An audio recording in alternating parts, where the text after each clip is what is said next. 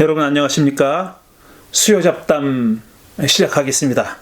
자, 오늘은 우상을 숭배하고 미신을 믿는 것은 사악해서일까 멍청해서일까 라는 제목으로 얘기를 하도록 하겠습니다.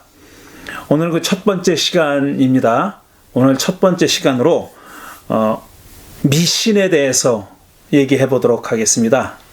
구약 성서는 미신을 어떻게 말하고 있는지 그 역사적 배경과 미신에 관한 얘기를 오늘 해보도록 하겠습니다. 그리고 다음 주에는 이제 우상 숭배에 대한 얘기를 하겠습니다. 제목에서 얘기하고 있듯이 우상을 숭배하고 미신을 믿는 것은 서로 동떨어져 있지는 않습니다. 서로 어떤 식으로든지 연결되어 있는 그런 주제인데, 제 질문은 이거죠.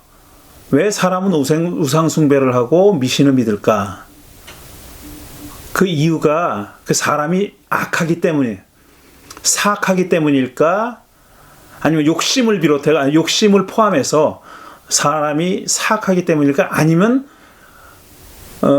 멍청해서 바보 같아서일까 이거죠. 그러니까 뭘 몰라서 그러는 건지, 아니면은 그 사람이 악해서 그런 건지, 그러니까 교육을 덜 받고 계명되지 않아서, 그러니까 모자라서 멍청해서 바보 같아서 우상을 숭배하고 미신을 믿는 건지, 아니면은 그렇게 모자라거나 멍청하지 않은데 알면서도 깨어 있으면서도 악하기 때문에 우상을 숭배하고 미신을 믿는 건지 하는 게 이번에 주제가 되겠습니다. 먼저 오늘 그 미신에 대해서 말씀드리는데, 미신에 대한 정의를 찾아봤습니다. 미신을 뭐라고 정의할 수 있는지.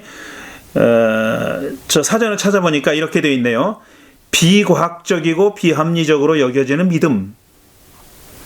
비과학적이고 비합리적으로 여겨지는 믿음 또는 그런 믿음을 가지는 것, 그렇게 되어 있고요. 또 다른 그 비슷하지만 달리 서술하는 정의를 보니까 과학적 합리적 근거가 없는 것을 맹목적으로 믿는 일이다.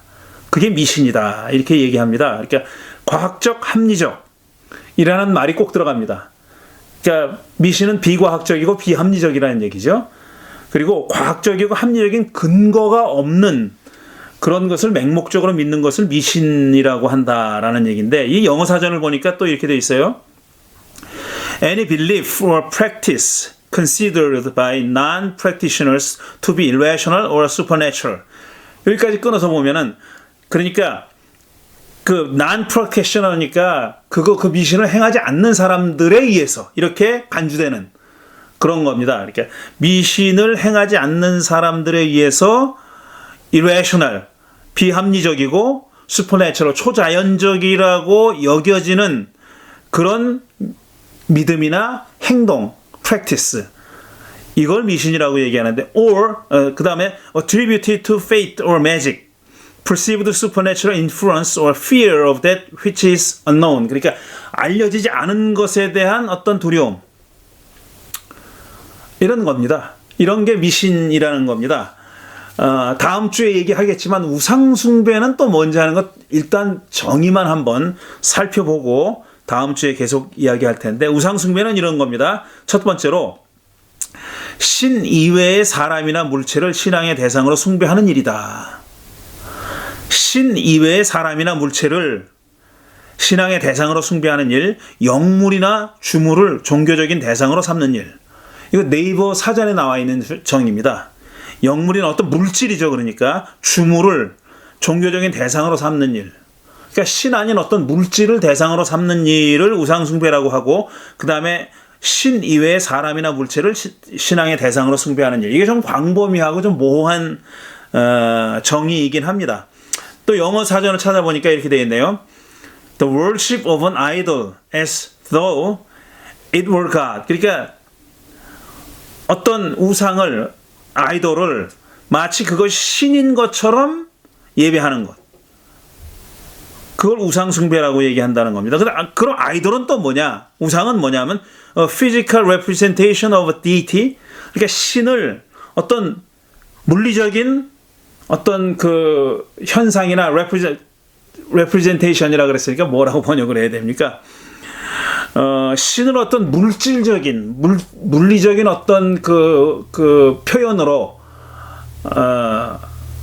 묘사하는 것, 표현한 것, 이걸 얘기하는 거. Usually used as an object of worship. 그러니까 대부분의 경우에는 이제 어떤 경배 대상으로 삼는 물질을 가리키는 거. 그게 바로 우상이라는 겁니다.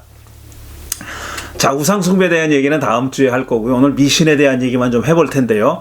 이게 지금 오늘 제가 미신에 대해서 말하려고 하는 것은 그 어떤 문화적인, 역사적인, 종교적인 배경이 어떤 건가. 구약성서가 미신에 대해서 뭐라고 얘기하며 그런 그 미신에 대한 어떤 규정, 구약성서가 금지하고 있어요. 미신을. 그러니까 주로 이제 마술, 전복술 같은 건데, 점치는 거, 그 다음에 마술을 행하는 거, 이런 것 다 금지하고 있습니다. 근데 금지하고 있는 그 구약성서는 어떤 문화적인 종교적 배경에서 그걸 금지하고 있느냐 하는 것을 살펴볼 겁니다. 그런데 실제로 그 미신은 이렇게도 볼 수 있습니다. 실제로 자기가 믿는 신앙이 아닌 종교를 미신이라고 치부하는 경향이 있습니다. 그러니까 내 종교는 올바른 종교고 내가 믿는 종교는 바른 종교고 내가 믿는 종교와 다른 것은 미신이다. 이렇게 생각하는 경향이 있어요. 역사적으로. 물론 많은 그 아주 보수적인 기독교인들 아닌 다음에는 지금 현재 21세기를 살아가는 많은 그 기독교인들만 예를 들어서 얘기해 보면은요. 기독교인 가운데 아주 보수적인 그런 성향의 기독교인은 기독교가 아닌 종교들을 다 우상숭배고 미신이라고 얘기하죠. 예를 들어 불교나 아니면 힌두교나 회교나 이런 것들을 다 우상숭배라고 생각합니다. 특히 불교는 한국의 많은 보수적인 개신교인들은 불상이 있고, 그러니까 형상이 있고, 이미지가 있고, 스태츄가 있는 거죠. 형상이 있고, 신상이 있고, 거기다 절을 하니까, 그렇게 신상에다가, 불상에다가 절하는 종교를 미신이라고 생각합니다. 그래가지고 아주 못된 개신교인들은 절간에 숨어 들어가가지고 불상을 파괴하는 일까지 하지 않았습니까? 그러니까 어떤 경향이 있냐면은 내가 믿는 종교가 아닌 다른 종교는 잘못된 종교, 미신 혹은 한 발짝 양보해서 그건 잘못된 종교라고 생각하는 경향이 있습니다. 지금 우리 인류가 가지고 있는 이른바 소위 말해서 고등종교, 불교나 힌두교나 이런 거 다 고등종교에 들어가잖아요.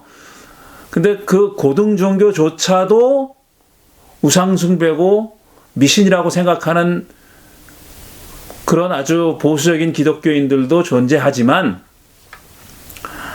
요즘은 그런 사람들이 그렇게 많지는 않은 것 같아요.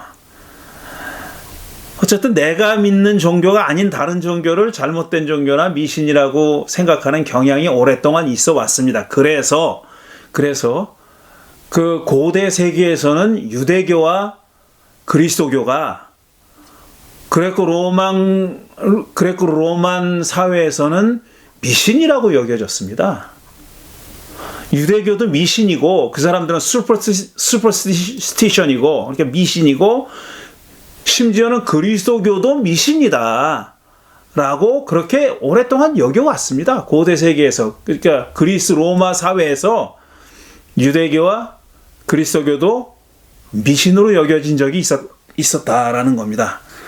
그러니까 내가 믿는 종교가 아닌 다른 종교를 미신으로 치부하는 그런 성향이 오랫동안 있어 왔다라는 겁니다. 이건 물론 잘못된 태도입니다. 물론 미신을 정의하기가 쉽지가 않아요. 지금 비과학적이고 비합리적이라고 얘기했는데 어떻게 보면 모든 종교가 다 비과학적이고 비합리적인 면을 가지고 있죠. 합리적이고 과학적이면 그게 과학이지 종교는 아니지 않습니까? 근데 종교는 사실 과학의 테두리 안에 갇혀있지 않다고 스스로 여기죠. 과학의 또 합리와 이성의 테두리를 때로는 넘어설 수도 있다는 것이 종교지 않습니까? 그러니까 사실 아주 철저하게 극단적으로 과학적인 입장에서 볼 때는 모든 종교가 다 미신이고 비합리적이고 그렇다고 생각할 수 있는 거죠. 비합리적이고 비과학적이라고 생각할 수 있는 거죠. 자, 어쨌든 이 미신이 우상숭배보다는 덜하지만, 우상숭배는 우리 그 유대교하고 그리스도교에서 굉장히 그러니까 강하게 비판합니다. 굉장히 강하게 비판하고 또 엄금해요. 우상 숭배를 하지 말아라. 우상을 숭배하지 말아라 라는 것은 굉장히 엄격한, 사실상 어떤 그 예외도 두지 않는, 우상 숭배에 있어서는 그 어떤 예외도 두지 않는 엄격한 규정을 가지고 있습니다. 유대교와 기독교 전통에서는 특별히 우상 숭배에 관한 계명이 중시됐어요. 미신도 그에게 어떤 사실 그보다 좀 덜 강조되긴 했지만 미신도 엄격하게 금지됐습니다. 그런데 이 미신이라는 것이 사실상 오늘날에도 굉장히 알게 모르게 큰 힘을 발휘하고 있습니다. 지금 여러분이 사진에서 보시는 게 윤석열 씨가 그 경선 프로그램에 나와서, 논쟁하는 프로그램에 나와서 자기 손에 이렇게 왕자가 쓰여져 있는 그 손바닥을 계속 여러 번 보였다는 거 아니에요. 근데 알고 보니까 그게 어떤 미신에 가까운 그런 것을 추종하고 있다는 것을 이제 그런 사실이 밝혀졌고, 자기는 어떤 동네 할머니가 써줬다고 하는데 그걸 믿는 사람이 얼마나 있겠어요? 그건 주술적인 어떤 힘을 믿는 것이 거의 분명하고, 그런 가르침을 설파하는 사람들을 어느 정도는 추종한다고 생각할 수 있는 거죠. 그러니까 윤석열 씨는 실제로는 미신을 믿는다고 말해도 틀리지 않다고 생각합니다. 근데 하긴 윤석열 씨만 그렇겠습니까? 많은 사람들이 지금 알게 모르게 미신의 영향을 받고 있습니다. 자기도 그게 미신인 줄 알지만 거기서 완전히 벗어나진 않고, 또 어떤 사람은 이게 해로워봤자 얼마나 해롭겠어, 이렇게 생각하는 사람도 있습니다. 그래서 나는 재미로 그러는 거지 실제로 그걸 믿어서 그런 건 아니야 라면서 이제 점보러 다니고 이런 사람들이 있지 않습니까? 그러니까 그거는 어느 정도 우리가 21세기를 살아가는 우리들도 미신의 영향으로부터 완전히 자유롭진 않다라는 거죠. 그런 것을 보여주는 현상들이라고 말할 수 있습니다. 자, 그러면은 이제 미신에 대해서 조금 더 자세히 들어가 보겠습니다. 우리가 성서와 구약 성서와 그것의 문화권인, 구약 성서가 들어있는 문화권인 고대 중동 문화권에서 이 미신, 특히 대표적인 미신이라고 하는 전복술, 매직 혹은 디비네이션이라고 부릅니다. 점치는 거예요. 쉽게 말하자면 그 신의, 초월자의 뜻을 물어보는 행위입니다.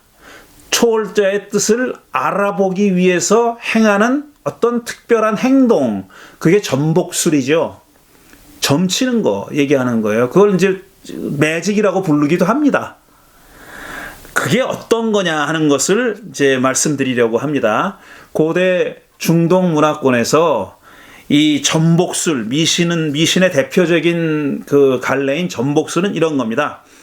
자연계의 여러 현상을 통해서 인생의 길흉화복이나 특정한 공동체의 운명 등을 판단하는 주술적인 방법이 여러 가지가 있는데 그 가운데 하나로서 주문을 외우거나 꿈을 통해서 예언을 하거나 제비를 뽑거나 별을 관측하거나 하는 등을 통해서 그 다음에 예언하는 그런 행위 죄송합니다. 별을 관측해서 예언하는 것을 점성술이라고 하죠. 그 다음에 또 접신하는 방법이 있습니다. 무당이죠. 그러니까 무당. 접신하는 방식을 통해서 그 어떤 개인이나 혹은 특정한 공동체의 미래를 점치거나 운명을 판단하는 그런 행위를 전복술이라고 합니다. 이게 고대 중동 사회에 에집트와 가나안과 메소포타미아를 막론하고 광범위하게 시행되고 있었습니다. 고대 사회에서는 그러니까 기원전 한 2-3천 년 전부터 기원전 한 2-3천 년 전부터 광범위하게 행해졌던 그런 행위입니다. 이 전복술이 그런 거고요. 또 영어 정의도 제가 가져왔는데 한번 읽어만 보겠습니다. The practice of using signs such as an arrangement of tea leaves. 그러니까 어떤 이파리들을 얘기하는 거고, 이파리들의 그런 구성, 이파리들이 어떻게 정렬하느냐 하는 거, 아니면 카드, 점괘를 보는 그 카드 있죠. 그 다음에 or special powers to predict the future. 그러니까 미래를 내다보고 예측하기 위해서 이런 방법들을 사용하는 것. 이거를 점성술이다, 전복술이다. 이렇게 부릅니다. 자, 그래서 지금 말씀드린 대로 고대 중동 사회에서 이 매직은, 전복술은 정말 광범위하게 시행됐습니다. 오늘 제가 이제 에집트보다는 메소포타미아 얘기를 조금 할 터인데, 뭐 그렇지만 제가 길게 얘기할 생각은 없어요. 왜냐하면 구약 성서의 얘기를 하려는 것이 목적이니까요. 고대 중동 문화에서 이게 광범위하게 행해졌고, 그 다음에 사실상 중요한 역할을 수행했습니다. 이 전복술이라는 것은 그 초월자, 신이라고 부릅시다. 신의 계획과 뜻을 알아내기 위한 방법이었어요. 지금 옆에 여러분이 그림 2개를 보고 계시는데, 왼쪽에 있는 그림은 지금 그 어떤 사람이 뭘 들고 있잖아요. 오른쪽에 세 번째 있는 사람이 뭘 들고 있는데, 그게 뭐냐면은 짐승의 내장을 꺼낸 겁니다. 짐승의 내장을 꺼내서 오른쪽에서부터 4번째 있는 사람이 이제 말하자면 그 매지션이에요. 그 전복술을 행하는 사람입니다. 그 사람이 내장의 모양을 잘 관찰해서 그 신의 뜻이 그 내장의 모양에 드러나 있다고 믿었습니다. 그래서 그 전복술에 사용되는 짐승을 잡아서 배를 갈라서 어떤 내장기관, 많은 경우에 간을 사용했어요. 간의 주름, 간이 어떻게 주름 잡혔느냐 하는 것을 보고서 거기에 신의 뜻이 표현되어 있다고 믿었습니다. 그게 광범위하게 메소포타미아 지방에서 행해진 전복술이고, 오른쪽에 있는 이 클레이, 그러니까 토파는 뭐냐 하면은 전복술을 시행하는 방법을 적은 문서입니다. 지금 이 글이 아카디아어거든요. 아카디아어로 적힌 전복술을 행하는 방법, 어떻게 이 신의 뜻을 알아낼 수 있느냐 하는 것을 가르쳐주는, 전수하는, 교육할 때 쓰는 그런 방법이에요. 그러니까 다시 말씀드려서 이 전복술은 예를 들어 간의 주름을 살펴보는 것만 두고 얘기하자면은 이런 겁니다. 이건 일종의 통계입니다. 통계.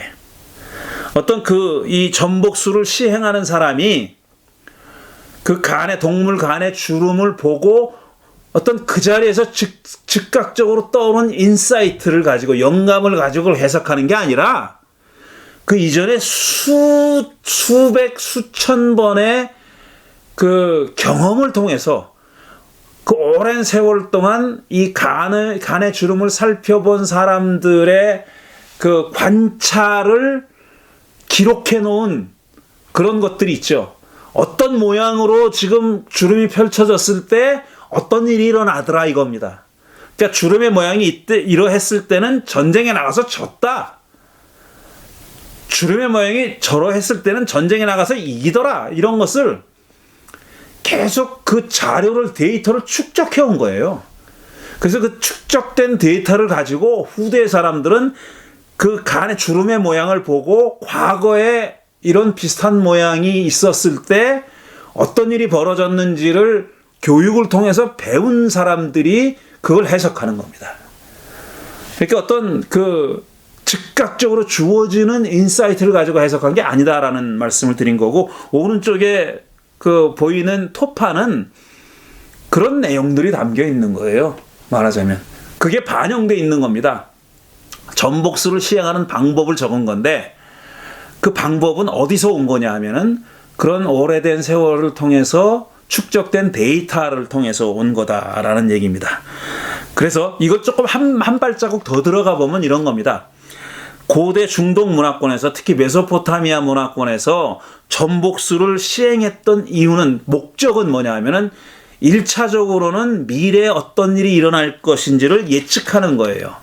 그게 1차적인 목적이, 즉각적인 목적이에요. 지금 당장 필요해서 하는 건데, 그 밑바닥에 깔려있는 어떤 전제랄까, 대전제는 뭐냐 하면은, 이 전복수는 뭐냐 하면은, 궁극적인 목적이 뭐냐 하면은, 신이 이 우주에서 어떤 식으로 현현하는지, 자기 자신을 프레젠테이션 하는지, 나타내 보이는지 하는 것을 알아보는 방법이었다라는 겁니다. 그러니까 전복술은 단순히 미래에 어떤 일이 일어날 건가, 어떤 개인의 미래 혹은 어떤 집단의 미래, 자기 종족의 미래를 점치는 것뿐 아니라, 그 점이 점치는 일이 가능하게 된 이유는 뭐냐 하면은, 이 신이 우주에서 어떻게 자신을 드러내 보이는지, 어떻게 현현하는지 하는 것을 자연현상을 통해서 우리가 알 수 있다, 자기들이 알 수 있다고 믿었기 때문에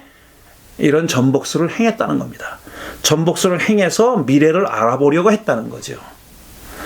그러니까 전복수는 뭐냐면 a way of seeking the divine manifestation in the universe입니다. 그러니까 우주에서 신이 divine manifestation, 신이 현현하는 것을, 신이 어떻게 현현하는지 하는 것을 알아보는 하나의 방법이었다라는 얘기입니다. 이게 그러니까 그 당시 사람들의 어떤 그 과학적인, 이성적인 수준에서 볼 때는 지금 우리가 보기에는 굉장히 미개한 방법으로 보이지만, 그 밑바닥에 깔려있는 어떤 철학이라고 할까, 이런 것은 지금 말씀드린 대로 이런 거예요. 신이, 자기들이 믿는 신이 자연현상이죠. 이 우주라는 말을 썼지만 실제로는 많은 경우에 자연현상이에요. 자연현상에서 자기를 드러내 보인다라는 겁니다. 그게 기본 철학이에요. 신이 자연현상에서 자기 자신을 드러내 보이는데, 그 드러내 보이는 것을 어떻게 찾아내느냐 하는 거죠. 찾아내는 방법이 바로 전복술이었다라는 겁니다.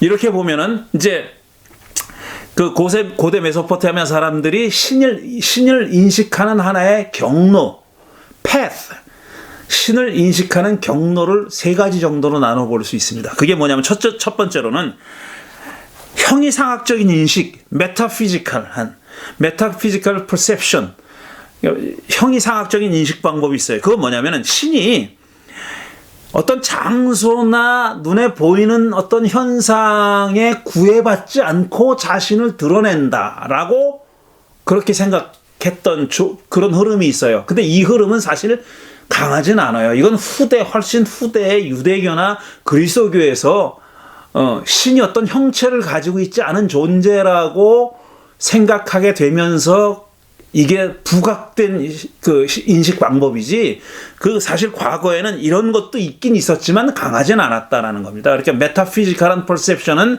강한 건 아니었고, 오히려 더 강력한 인식 방법은 뭐냐면, 지배적인 강력한 인식 방법은 뭐냐면 자연적 인식입니다. Natural perception. 다시 말해서 지금 말씀드린 대로 신을 자연의 요소들과 연관시켜서 인식하는 방법이에요. 그러니까 신이 자연 현상 가운데서 자신을 드러낸다, 매니페스테이션 한다 라는 그런 전제하에서 신을 인식하는 그런 방법이고, 그 다음에 세 번째로는, 마지막으로는 제의적 인식이 있어요. cultic perception, ritualistic perception 이라고 말할 수 있는 거예요. 그러니까 뭐냐면 신이 신전, 템플, 신전이나 아니면 제의행위, 제사행위, 신께 바치는 어떤 그 예배가 있잖아요. 제사 행위. 그 다음에 혹은 형상, 신의 모습이라고 만들어 놓은 형상, 스태츄, 이미지, 이런 거. 그런 형상의 매니페스테이션 한다고 생각하는 인식. 그러니까 신이 신전에 계시다. 그러니까 신전은 뭐냐면 신의 거주하는 곳이다 라는 인식. 그 다음에 인간들이 제의를 행할 때, 이렇게 신을 예배하는 행위를 행할 때 거기에 신이 현존하고 있다. 더 구체적으로는 인간들이 신을 숭배하고 예배하기 위해서 만들어 놓은 형상에 신이 현존하고 있다라는 그런 믿음을 가지고 있었다. 그런 것들을 통해서 신을 인식했다는 겁니다. 신을 perceive 했다는 거예요. 신을 인식했다. 느꼈다. 신을 경험했다. 이런 겁니다. 그러니까 이 나중에 말한 두 가지 방식이 고대 중동 문화권에서 가장 보편적으로 그 신을 인식하는 방법이었어요. 자연 현상 속에서 인식하든지 아니면 제사 행위 속에서 신을 인식하는 방식이었다라는 겁니다. 한 번 더 다시 설명을 하자면 이거예요. 자연 세계 그 자체를 신성의 여러 측면들 가운데 하나라고 생각하는 겁니다. 그러니까 자연 세계가 신성 안에 포함되어 있다라고 생각하는 거예요. 신성 안에 자연 세계는 그 일부다. 하나의 측면이다. one aspect다. 이겁니다. one of the aspects of the divine 이라고 썼잖아요. 그러니까 신성의 여러 측면들이 있는데, 여러 aspects가 있는데, 복수. 그 중에 하나가 자연이라고 생각한 거예요. 그러니까 자연 현상들의 신성이 드러나 있고, 그렇게 자연 현상들에 드러나 있는 신성이 드러나 있기 때문에 그 자연 현상이 인간 세계, 인간의 삶 속의 삶에 지대한 영향을 미친다라고 생각했던 거예요. 그러니까 자연 현상들은 인간 세계에 영향을 미치는 어떤 신성이 표현된 그런 현상으로 인식했다는 거죠. 자연 현상을 인간 세계에 영향을 미치는 신성이 표현되어 있는 어떤 그 발현으로 그렇게 여겼다는 거죠. 그러니까 아까 말씀드린 대로 두 번째 신인식, natural perception에 속하는 겁니다. 자연적 신인식의 얘기가 되는 거고, 그 다음에 제2에서 신인식을 했다는 얘기를 했잖아요. 그거는 제의라는 인간적인 행위잖아요, 이게. 인간적인 행위, 절을 하든지, 노래를 부르든지, 희생 제물을 바치든지, 그 신상 주위를 빙빙 돌든지, 뭐 여러 가지 춤을 추든지, 여러 가지 제의 행위들이 있지 않습니까? 근데 그 제의 행위들은 뭐냐 하면은, 이 신성과 자기네 삶을 연결하려고 하는, 인간 세계를 연결하려고 하는 인간적인 행위입니다. 그게 제사예요. 그게 제이고 리추얼이고 그게 컬트입니다. 그런 행위들을 통해서 신성과 연결하려고 했다는 거죠. 그러니까 제의적인 신인식의 하나의 방법이 바로 컬트, 리추얼, 제사, 예배 이런 거다 이겁니다. 이런 인식이 전복술의 밑바닥에도 깔려 있다라는 겁니다. 그러니까 예를 들어서 간의 주름을 보고, 간의 주름의 모양을 보고 신의 뜻을 물었고 미래에 어떤 일이 일어날 것이다라는 것을, 미래에 어떤 일이 일어날 것인지를 물었던 그 고대 중동 문화권 사람들의 행위를 그야말로 현대인의 기준으로 그냥 미신으로 그냥 치부해버리지는 말자는 겁니다. 그들의 세계관, 그들의 우주관, 그들의 신관을 살펴볼 필요가 있다는 거죠. 그들의 우주관과 그들의 자연관, 그들의 가치관, 그들의 물질관, 그들의 신관이 그 행위 속에 묻어 있다는 겁니다. 그런 것들이 기반이 돼가지고 겉으로 드러난 행위가 전복술이었던 겁니다. 그러니까 사실 미신이라고 그냥 쉽게 치부해 버리는 것은 물론 21세기를 살아가는 현대인의 관점에서는 그럴 수 있어요. 그러나 그 시대로 back to the past 해가지고 back to the future가 아니라 back to the past 해가지고 과거로 돌아가서 생각해 보면은 그들이 갖고 있던 그런 우주관과 세계관, 자연관, 인간관, 신관, 가치관들이 다 밑바닥에 깔려 있는 그런 행위였다라는 겁니다. 그래서 전복술은 이제 한 걸음 더 나아가서 조금 구체적으로 들어가서 생각해 보면 전복술은 제사 행위, 제2 예배, 그것과 자연에 감춰져 있는 신의 메시지를 발견하려는 시도입니다. 신이 자기들에게 어떤 메시지를 갖고 있는지를 발견하려고 하는 그런 구체적인 방법이 전복술입니다. 그래서 그렇지만 이제 그런 신의 메시지가 미래에 일어날 어떤 일을 포함해서 그러니까 미래를 예측하는 것을 포함해서 신의 뜻이 무엇인지 자연과 제2에 드러난 아니면 감춰진 신의 뜻이 무엇인지를 즉각적으로 알 수 없다는 거예요. 눈 뜨고 보면 바로 알려지는 게 아니라고 생각했어요. 그게 감춰져 있다고 생각했고 해석해야 할 필요가 있다고 생각했습니다. 그러니까 자연현상이나 제2 같은 것도 제2에서 벌어지는 일들 이런 것들도 그냥 눈으로 보기만 하면 다 이해가 되는 그런 게 아니라고 생각했고 그거는 마땅히 어떤 전문가가 해석을 해야 하는 영역이라고 믿었기 때문에 전복술이라는 구체적인 방법을 발전시킨 겁니다. 해석해야 될 필요가 있어요. 메시지가 자명하게 드러나 있지 않으므로 그것을 이해하기 위해서는 특별한 해석 행위가 필요했다고 믿었고 그게 전복술이고 전복술을 발전시켰다라는 거죠. 그래서 구체적인 전복술의 방법들은 뭐냐면 직접적으로 신탁을 받는 경우가 있어요. 신의 메시지를 직접적으로 예언자가 대언자가 그러니까 중개자가 예언자를 포함한 중개자가 그걸 직접적으로 신탁을 받는 경우가 있어요. 받아서 전달하는 경우가 있고 그 다음에 꿈에 나타나는 경우가 있어요. 그런데 그 꿈에는 예를 들어서 신이 어떤 개인이나 집단을 향한 메시지를 직접적으로 말해주는 경우가 있어요. 예를 들어 걔 내일 어디 가면 다쳐 이런 식으로 걔 내일은 무슨 일이 닥칠 거야 이렇게 알려주는 경우도 있어요. 하지만 많은 경우에 꿈을 통해서 전달되는 메시지는 은유적입니다. 은유적이기 때문에 해석이 필요한 거예요.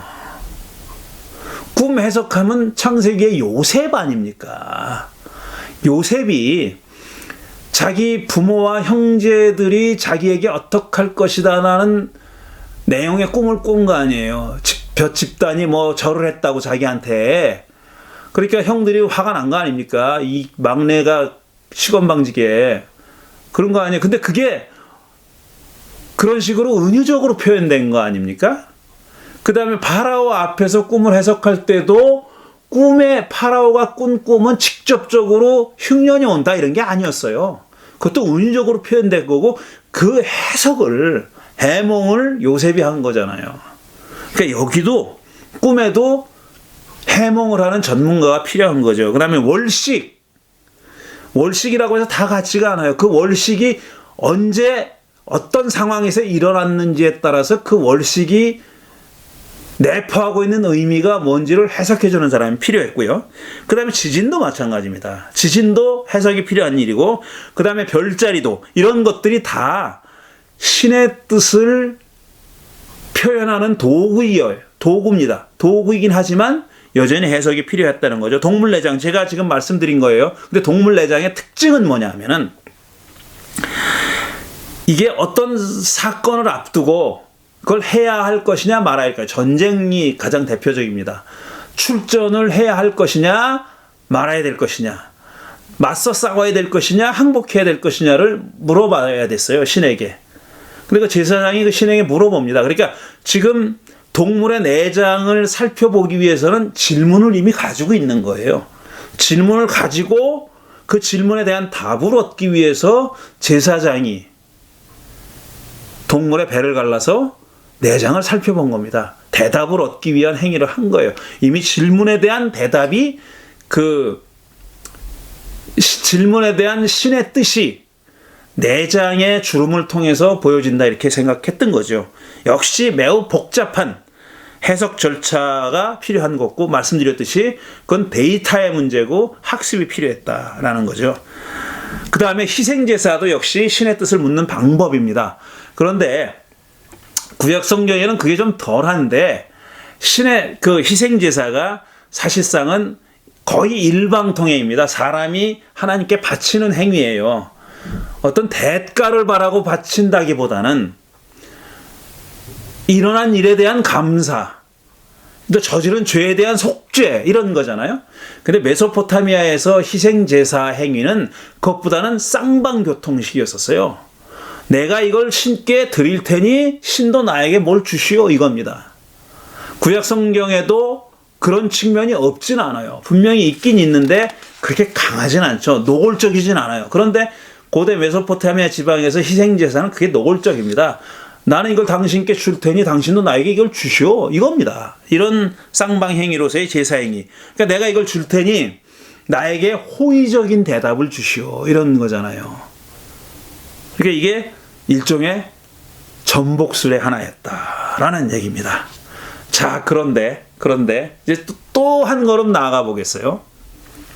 지금 제가 이런 메소포타미아 지방에서 행했던 전복술회를 그냥 미신으로만 치부하지 말자. 그냥 그 옛날에 미개 쓸 때 사람들이 했던 행위 자체는 그게 맞아요. 그런데 그 밑바닥에 깔려있는 일종의 세계관, 우주관, 신관 이런 거는 그 기본이 그런 겁니다. 자연현상이나 어떤 제2행위에 신의 뜻이 표현되어 있다고 믿었고 그 말은 자연이 신의 어떤 신성의 일부다라고 생각한 겁니다. 자연이 신성의 일부다라고 생각했고 그 다음에 제2행위가 제사를 드리는 행위가 신과 소통하는 행위라고 생각했고 거기에 신이 manifestation, 자기를 현현하는, 자기를 드러내 보이는 어떤 행위, 현상이다 라고 믿었던 거예요. 그러니까 그런 게 밑바닥에 깔려 있다고 말씀드렸잖아요. 그런데 고대 메소포타미아 지방도 마찬가지고 구약 성서를 보면은 이 매직, 디비네이션, 이 전복술을 굉장히 비판합니다. 하지 말라 그래요. 구약 성경은 하지 말라 그래요. 그리고 고대 메소포타미아 지방에서도 모든 전복술이 다 유효하고 다 적법하고 다 정통이었던 건 아닙니다. 거기에는 아주 나쁜 디비네이션, 나쁜 전복술이 있었어요. 나쁜 매직이. 그걸 블랙 매직이라 그래요. 블랙 매직. 그 반대가 화이트 매직이죠. 그러니까 적법한 매직, 불법적인 매직이 있는 거예요. 근데 뭐가 적법한 매직이고 뭐가 불법적인 매직이냐? 이걸 가르기가 쉽지 않은 게 아니 어떤 점에서는 상당히 쉬워요.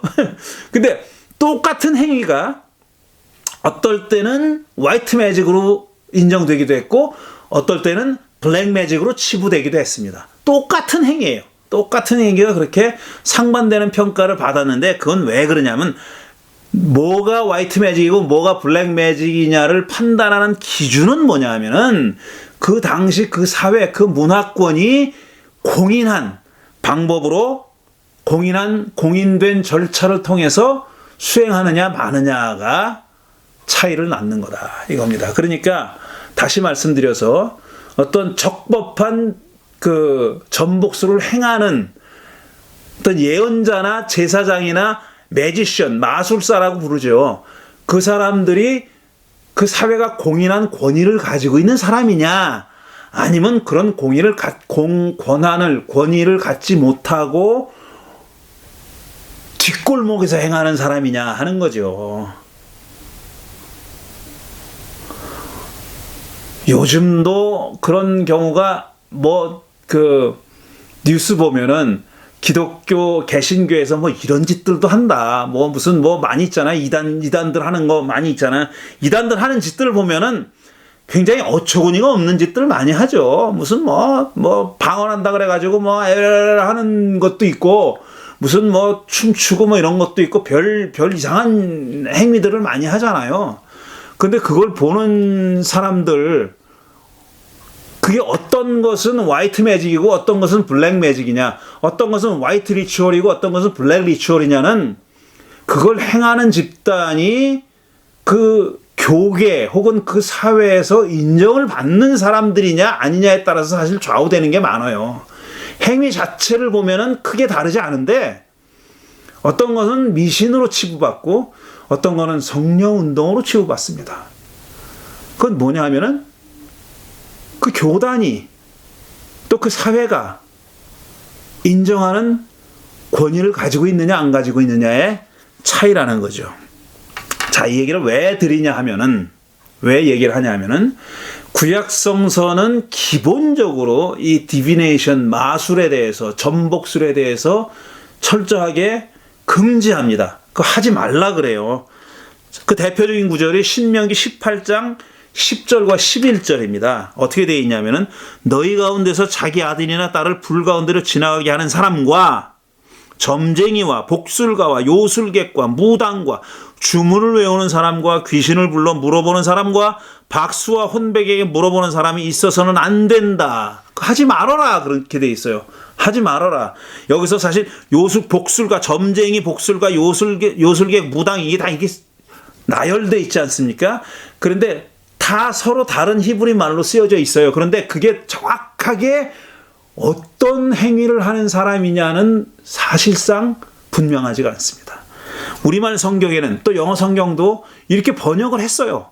뭔가 확실한 것처럼. 그런데 그 사람들이 실제로 어떤 그 전복술의 행위를 한 사람이냐 하는 것을, 그리고 이 사람들이 어떻게 구별되는가 하는 것은 분명하지 않다는 얘기예요. 그건 그대로 놔두고 분명하지 않아. 어쨌든 이들은 일종의 전복술을 행하는 사람입니다. 그리고 이런 사람들이 있게 해서는 안 된다. 이런 행위를 해서는 안 된다라고 분명하게 얘기하고 있어요.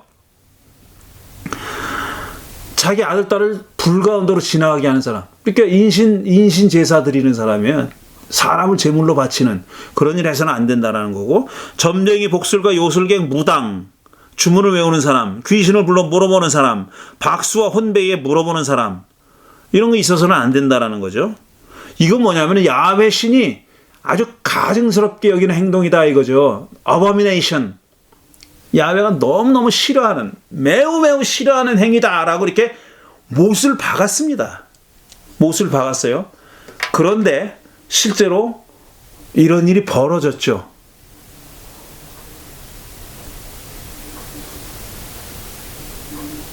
사울 왕이 다윗과 대립하고 있을 때, 지금 다윗은 득세하고 자기는 지금 몰락의 길을 걸어가고 있어요.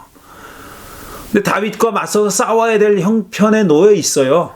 근데 자기는 점점 몰락하고 있고 자기 수하의 군인들은 점점 빠져나가고 그러니까 이미 죽은 사무엘을 불러달라고 무당을 찾아갑니다. 엔돌이라는 곳에 살고 있는 무당을 찾아가요. 여자 무당인데 사울이 그 찾아가가지고 죽은 사람 혼백을 불러달라 그래요. 그러니까 무당이 큰일 날 소리 하지 말라고, 날 죽이려고 그러냐고. 사울 왕이 그거 엄격하게 금한 거 모르냐고. 사울이 그거 못하겠거든요. 하지 말라고. 이스라엘 백성들은 그 절대로 하지 말라고 사울이 금지했습니다. 물론 하나님의 계명에도 그게 있거니와 사울이 그거 하지 말라 그랬어요. 그리고 무당들 다 쫓아냈다 그랬습니다. 근데 어디 숨어 있었던 겁니다. 이 무당이 정체를 드러내지 않고 숨어 있는데, 참 역설적이게도 사울이 그를 찾아간 거예요. 자기가 급하니까 찾아가서 그 여자 무당한테 사람 하나 불러달라 그래요. 그러니까 큰일 날 소리 하지 말라고, 사울이 그거 못하게 한 거 모르냐고, 괜찮다고 불러달라고 그래가지고 사무엘을 불러냅니다. 나중에 무당이 알죠. 사울이라는, 자기 앞에 서 있는 사람이 사울이라는 걸 알아요. 그 일이 벌어졌어요. 그런데 구약성경은 사무엘서는 적어도 죽은 사람의 혼령을 불러낼 수 있다 이렇게 믿고 있습니다. 사무엘이 음부에서 올라옵니다. 누가 날 불러? 그리고 아주 서늘한 목소리로 올라와가지고 보니까 사울이거든요. 너 죽어? 이제 그렇게 얘기하죠. 어떻게 될 겁니까? 했더니 너 죽는다고. 전쟁에 나가서 죽는다 그래요. 내일 너 죽어. 라고 얘기하죠. 그리고 그 다음날 죽어요. 사울이 전쟁에 나가서 죽습니다. 자, 이렇게 분명히 구약 성경은 이런 일들이 전복술이 야훼가 극도로 가증스럽게 여기는 행위라고 얘기합니다. 그렇지만 구약 성경 여기저기에 이렇게 하지 말라는 행동을 합니다. 예언자들이 미래를 예언했어요. 물론 간의 주름을 살펴보고 한 건 아니에요. 그렇지만 하나님으로부터 말씀을 받아서 미래를 예언한 예언자들이 한두 명이 아닙니다. 한두 명이 아니에요. 그런데 고대 중동 문화권에서 이렇게 신으로부터 신탁을 받아서 예언하는 것도 전복술에 속해 있는 겁니다. 그들에게 전복술에 속해 있는 일인데 구약 성경의 예언자도 그런 일을 했고요. 그 다음에 요셉도 꿈을 해몽했습니다. 자기가 꾼 꿈을 얘기했고 그 다음에 파라오가 꾼 꿈을 해몽했잖아요. 그 덕분에 감옥에서 나와서 살아났고 그 다음에 승승장구해가지고 총리 대선까지 올라간 거 아닙니까? 요셉이 그런 일을 했고요. 그 다음에 제사장들도 우림과 둠밈이라는 것을 사용해서 점을 쳤습니다. 우림과 둠밈이 뭔지는 몰라요. 지금 여러분이 그림을 보고 계시잖아요. 이 히브리 말로 써 있죠. 두 개. 하나는 그 옅은 색, 하나는 짙은 색인데 옅은 색 그 조약돌 같은 데 쓰여 있는 게 우림이라는 말이고 왼쪽에 짙은 색에 쓰여 있는 게 둠밈이라는 말이에요. 히브리 말인데 우림과 둠밈이 뭐냐면은 이 제사장들이 이게 브레스트 그러니까 뭡니까 이게 플레이트 가슴 이렇게 싸는 그런 게 있었어요. 그 제사장의 공식적인 의복에 가슴이 이렇게 싸고 있는 게 있는데 그 밑에다가 우림과 둠밈을 가지고 다녔다 그랬어요. 어떻게 생겼는지는 아무도 몰라요. 그거 묘사하고 있는 데가 없거든요. 그리고 그게 무슨 일을 한다고 또 하는 물건이냐라는 것도 분명하게 적시되어 있지 않아요. 그냥 야훼의 뜻을 물어보는 그런 도구예요. 이게 뭡니까? 전복술이죠. 구약에 나오니까 전복술이 아니다라고 말하기 어려워요. 고대 중동 지방에서 광범위하게 행해졌던 신의 뜻을 물어보는 어떤 도구 가운데 하나입니다. 우림과 둠밈이 그런 거였었어요. 그러니까 점을 친 거죠. 이 사람들도 다른 신에게 물어본 게 아니라 야훼 신에게 물어봤지만 우림과 둠밈을 통해서 점을 쳤다는 얘기는 뭐냐면은 이 도구로 야훼 신의 뜻을 물어봤다는 거예요. 우림과 둠밈은 구체적으로 야훼가 이렇게 저렇게 해라 이렇게 구체적인 지시를 한 게 아니에요. 그러니까 XO입니다. O냐 X냐 해야 되느냐 말아야 되느냐 이것만 묻는 거예요. 단답식이죠. 그러니까 아주 단답식. 둘 중에 하나 50% 50-50입니다. 그렇게 물어보는 도구였을 거라고 추정해요. 우림과 둠밈 가지고 실제로 점을 쳤습니다. 야훼의 뜻을 물어보는데 상응했고 또 모세와 아론은 파로 앞에서 매직을 행했잖아요. 여러 가지 매직을 행했지 않습니까? 나일강을 피로 물들게 하는 매직도 했고 지팡이가 뭡니까? 뱀으로 변하는 매직도 했고 이게 그러니까 매직이 아니라고 얘기할 수가 없는 거예요. 전복술이 아니다, 디비네이션이 아니다라고 말할 수가 없는 거죠. 그런데 구약 성경에서 이런 행위들은 비판하지 않습니다. 비판받지 않아요. 그건 야훼가 배후에 있다고 생각했으니까 비판받지 않는 겁니다. 아까 화이트 매직, 블랙 매직을 얘기했잖아요. 그러니까 비슷한 행위인데 구약 성경에서 여러 사람들이 지금 언급한 사람들이 한 행위도 비슷한 행위지만 이것들은 다 화이트 매직으로 인정되고 있는 겁니다. 만일 이스라엘 사람들이 아니고 다른 사람이 다른 신의 힘을 빌어가지고 그런 짓을 했으면 이건 블랙 매직이고 이건 지금 신명기 18장에서 금지하듯이 절대로 해서는 안 되는 일이고 야훼 하나님이 극도로 미워하는 싫어하는 그런 행위가 되는 것이죠. 여러분이 다 보셨을 매트릭스에서 자, 빨간 약을 먹을래, 파란 약을 먹을래. 우림과 둠빔이 이런 비슷한 거였다라는 겁니다.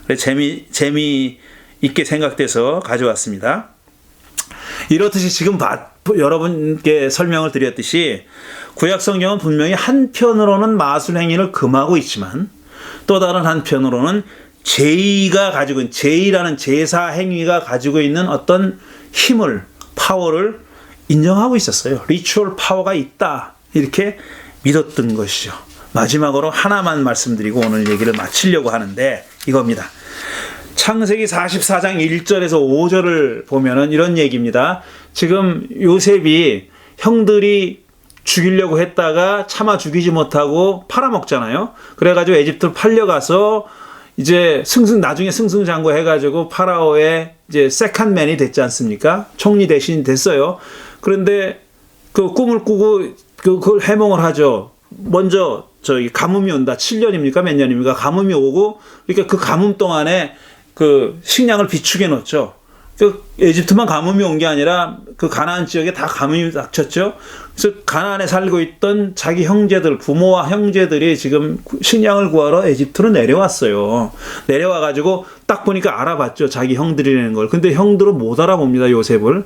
그래가지고 옥신각신 하다가 결국은 44장에서 이런 얘기가 나오는 거예요. 지금 그 요셉이 형들을 그 올무에 잡아놓으려고 올무로 그러니까 어떤 뭐라 그럴까 이게 참 생각이 급하니까 말이 잘 안 나오네. 올무에 잡아놓으려고 이렇게 표현하죠. 그런 행위를 해요. 근데 행위 내용이 이제 설명되어 있습니다. 요셉이 집 관리인에게 명령하였다. 저 사람들이 갖고 갈 수 있을 만큼 많이 자루에 곡식을 담아라. 자, 곡식을 주기로 했어요. 이제 곡식을 주기로 해서 곡식을 담으라 그랬습니다. 그리고 그들이 가지고 온 돈도 각 자루에 각 사람의 자루 어귀에 넣어라. 그러니까 돈을 가지고 왔어요. 식량을 사러. 근데 돈도 돌려주라는 겁니다. 그리고 어린 아이의 자루에다가는 곡식값으로 가지고 온 돈과 내가 쓰는 은잔을 함께 넣어라. 이게 이제 올무에 넣는 거죠. 이렇게 도둑질했다고 이제 말하려고 이런 행위를 한 거예요. 관리는 요셉이 명령한 대로 하였다. 다음날 동이틀 무렵에 그들은 나귀를 이끌고 길을 나섰다. 그들이 아직 그 성읍에서 얼마 가지 않았을 때 요셉이 자기 집 관리인에게 말하였다. 빨리 저 사람들의 뒤를 쫓아가거라. 그들을 따라잡거든 그들에게 너희는 왜 선을 악으로 갚느냐? 어찌하여 은잔을 훔쳐가느냐? 그것은 우리 주인께서 마실 때에 쓰는 잔이요 점을 치실 때에 쓰는 잔인 줄 몰랐느냐. 너희가 이런 일을 저지르다니 매우 고약하구나 하고 호통을 쳐라 그랬어요. 자, 이 은잔이 뭐에 쓰는 거냐, 어디에 쓰는 거냐 하면은 뭔가 마실 때 쓰는 잔이자 동시에 점을 칠 때 쓰는 잔이라 그랬어요. 이 말은 그러니까 요셉이 고대 중동 문화권에서 많은 다른 종족들이 했듯이 어떤 물건을 가지고 점을 쳤다는 얘기입니다. 이 은잔을 가지고 점을 쳤다는 거예요. 그런데 그 귀중한 보통 은잔이 아니라 점 칠 때 쓰는 그 은잔을 니들이 훔쳐갔다라고 뒤집어 씌우려고 그 은잔을 집어넣습니다. 그런데 그 은잔의 역할이 뭐냐면, 용도가 뭐냐면은 점을 칠 때 쓰는 은잔이라는 거예요. 이거 구약 성경이 금하는 거죠. 근데 요셉이 그걸 했다는 겁니다. 이렇게 얘기하면 요셉이 에집트에 있을 때니까 에집트의 관습을 따른 거지. 요셉입니다. 다른 사람이 아니라 요셉이에요. 요셉이 그런 일을 했다고 지금 얘기하는데 거기에 대해서 아무런 비판이 없습니다. 창세기 저자는 요셉이 야훼가 망측하게 생각하는, 가증스럽게 생각하는 그런 짓을 했다고 비판하지 않아요. 언제 그런 일을 했다는, 내가 언제 그런 비판을 했어라는 식으로 그냥 슬쩍 넘어가 버립니다. 점을 칠 때 쓰려고 했던 잔이라는 거예요. 그러니 지금 화이트 매직, 블랙 매직의 차이가 그렇게 대단하지가 않은 거다라는 얘기입니다. 마지막으로, 진짜 마지막으로 10계명의 셋째 계명은 뭐냐면 야훼의 이름을 헛되이 망령되이 일컫지 말라라는 거잖아요. 그 표준세번 번역은 함부로라고 번역했어요. 근데 헛되이 혹은 다른 성경은 번역본은 망령되이라고 했죠. in vain이에요. 헛되이입니다. 이게 무슨 얘기냐면은 말끝마다 하나님 이렇게 하지 말라는 뜻이 아니라 첫째 맹세하지 말라는 뜻이고 그 다음에 주문할 때 쓰지 말라는 얘기예요. 전복수를 할 때 야훼 이름을 쓰지 말라는 뜻이 그 안에 들어있는 겁니다. 그게 가장 중요한 뜻입니다. 헛되이 일컫지 말라는 얘기는 야훼 이름을 전복술에 사용하지 말라는 뜻이에요.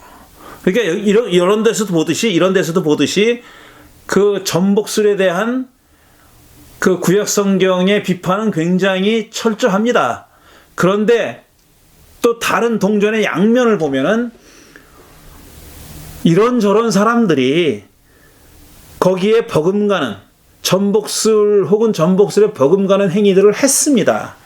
했지만 거기에 대해서 아무런 비판도 받지 않고 넘어가고 있다라는 겁니다. 이러니까 과연 이 전복술을 왜 했을까 그 사람들은? 그러니까 사악해서 했을까? 멍청해서 했을까?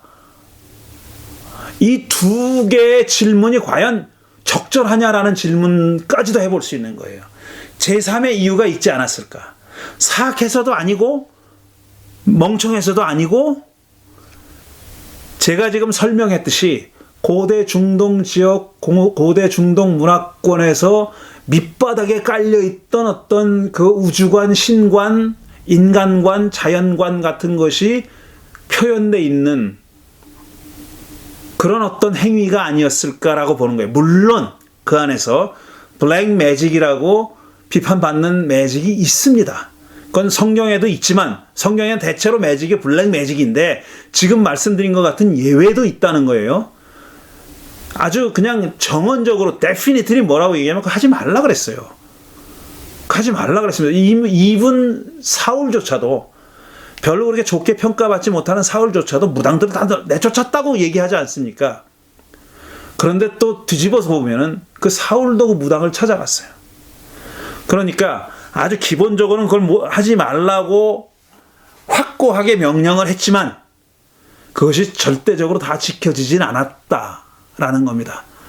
그것은 첫째 그 인간이 그만큼 그런 그 전복수를 완전히 그 내칠 만큼 그렇게 스피리추얼리 스트롱하지 않다는 것, 강하지 않다는 면을 보여주면 한편으로는 그렇게 보여주고 그 다음 한편으로는 그 당시 문화권의 밑바닥에 깔려있던 그런 그 인식들. 그러니까 예를 들어서 신성의 여러 측면 가운데 자연이 한 측면이다. just one aspect다. 라는 것을 그건 나쁘다고 얘기할 수는 없잖아요. 그걸 사악하다고 얘기할 수는 없잖아요. 근데 그게 어떤 식으로 표현되느냐 하는 것은 그 당시 사람들이 가지고 있던 그 어떤 enlightenment의 수준, 그러니까 계명된 수준에 따라서 달리 그게 표현됐지만 그 밑바닥에 깔려있는 어떤 세계관, 자연관까지 나쁘다고 볼 수는 없는 거거든요. 그러니까 그것이 표현된 양식을 우리 현대인의 과학 수준, 합리 수준 가지고 섣불리 판단하는 건 옳지 않다라는 겁니다. 오늘 여기까지 하겠습니다. 근데 다음 시간에 우상숭배에 대해서 얘기할 때 조금 더 종합적으로 이 미신까지 포함해서 소위 전복술까지 포함해서 얘기를 계속 해나가도록 하겠습니다. 다음 주에는 우상숭배에 대해서 말씀드리겠습니다. 우상숭배가 뭐라고 생각하세요, 여러분? 저 실마리를 말씀드리고 마치죠. 우상숭배는 보통 생각하기에 어떤 형상에다가 절하면 그걸 우상숭배라고 얘기해요. 그러면 절 안 하면 우상숭배가 아닌가? 여러분 아마 그렇게 생각하지 않으실 거예요. 절만 안 하면 된다 이렇게 생각하지는 않을 거예요. 우상숭배가 그것보다는 훨씬 더 깊은 의미를 가지고 있지. 심층의 차원이 있지. 그냥 단순히 이 절하지 않는 그 행위만 가리키는 건 아니지라고 여러분도 생각하시잖아요. 그러면 뭐냐 말이야.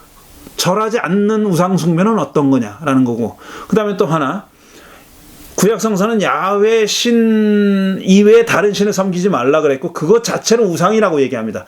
절을 하든 안 하든지 간에 야훼 신 아닌 다른 신을 섬기는 우상이에요. 우상 숭배입니다. 그렇죠. 어떤 신냐에 따라서 우상 숭배냐 아니냐가 결정되는 거예요. 야훼 신이 아니면 죄다. 어떤 고상한 방법으로 섬겼든지 그건 우상 숭배라고 얘기하는 거예요. 그렇다면 야훼 신을 섬기는 모든 행위는 다 우상 숭배에서 자유로운가? 그건 아니죠. 야훼를 섬기면서도 우상 숭배할 수가 있어요. 그건 야훼를 섬기는 올바른 방법이 아닌 다른 방법으로 야훼를 섬기는 것도 우상 숭배에 들어가는 겁니다. 이렇게 복잡합니다. 우상 숭배가. 그러니까 그 복잡한 얘기에 대해서 조금 더 말씀드리겠습니다. 그리고 그 우상 숭배는 과연 사악하기 때문에 그렇게 하는 건가? 아니면 멍청하기 때문에 그렇게 하는 건가? 그 얘기도 계속 해보도록 하겠습니다. 오늘 여기까지 하도록 하겠습니다.